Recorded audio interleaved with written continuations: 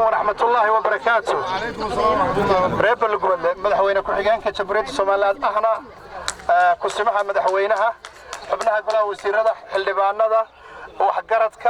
يوفتك بلاران هل كان يدكوا يمي وعلى السلام عليكم ورحمة الله وبركاته. وعليكم السلام ورحمة الله وبركاته. ريب الجمهورية waxaan idinku soconnaa waqti campaign maaha campaign looma socdo waxaan u soconnaa dhiirigelin iyo dardargelin qaadashada kaarka waxaan u guurnay sida ogtiin hab dimuqraadi u guurnay bari dhow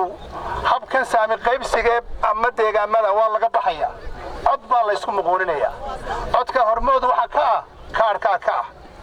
hadaa kaarka qaadataan oo maanta foodaan وحوي حلبانadina badanaya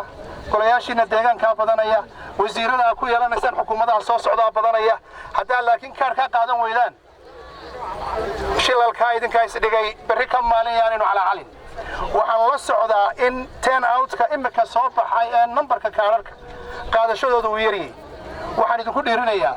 kaarku waa xabad aad sidato way kaad nacabtana waad ku dhufanaysaa kaad jeceshana waad ku taageeraysaa yaanu idin la yaraan kaarka yaray meesha idin yaala kaarka qaata wixii jira ee qaladaada ee jirana hadaanu nahay xukuumadda iyo hadii la commissionkii hareeraha la idinka taagay hadaanad warqadii hayn waxa la sheegay tashuushimka magaalada ku jira hadaanad warqadii kaalunta kaar ma helaysid afar nooc baad kaarka ku helaysaa numberkaagii baad ku helaysaa mobilkii waxa kalood ku helaysaa magacaagii oo afran waxaad ku helaysaa